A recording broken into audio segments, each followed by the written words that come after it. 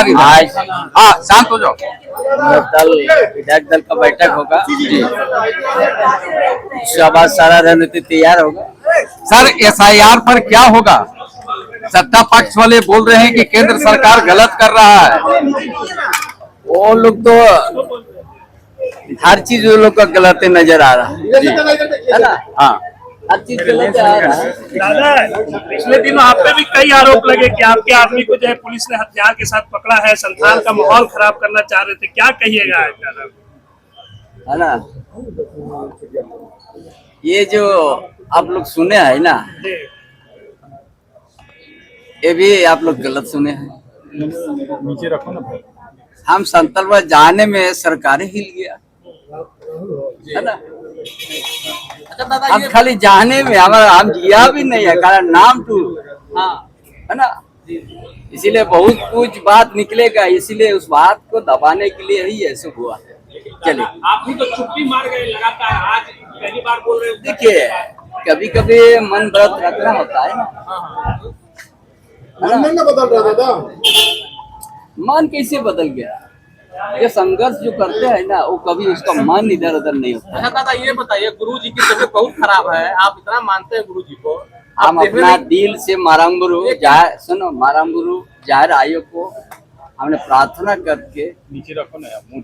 कि हमारा जो राजनीतिक आदर्श जिससे हम राजनीतिक जिसके साथ शुरू किया, ताकि उस अच्छा स्वास्थ्य हो, ये हर समय हम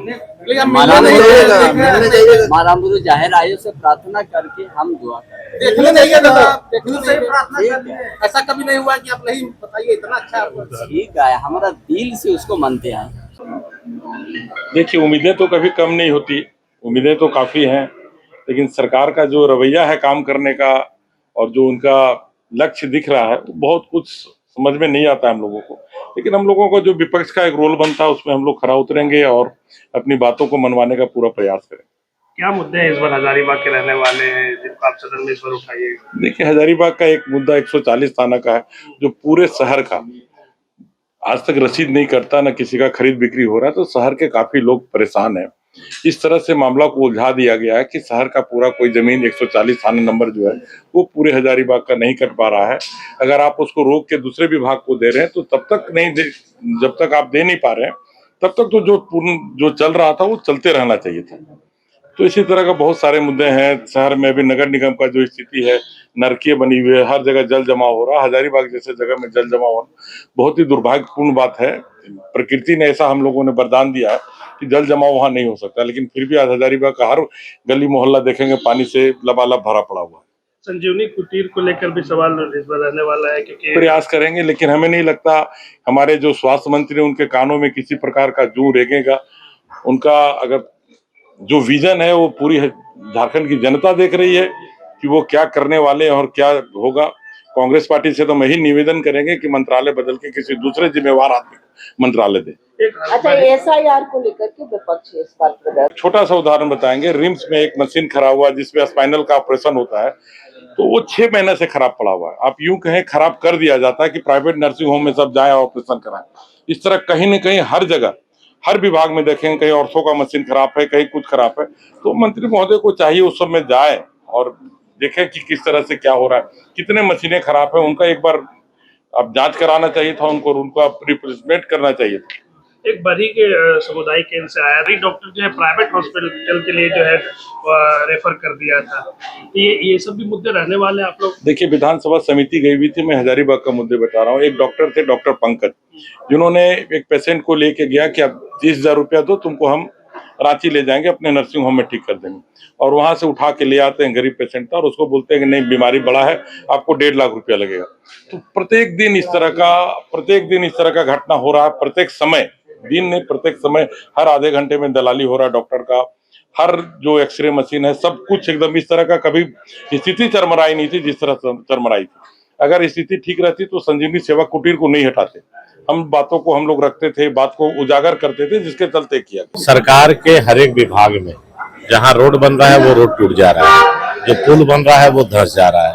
अब 1 करोड़ रुपया हटिया डैम में गेट पर खर्च हुआ और फाटक खोलने के लिए खर्च हुआ, और जब सही समय आया और उस समय उसका फाटक नहीं खुलना, ये जांच का विषय है।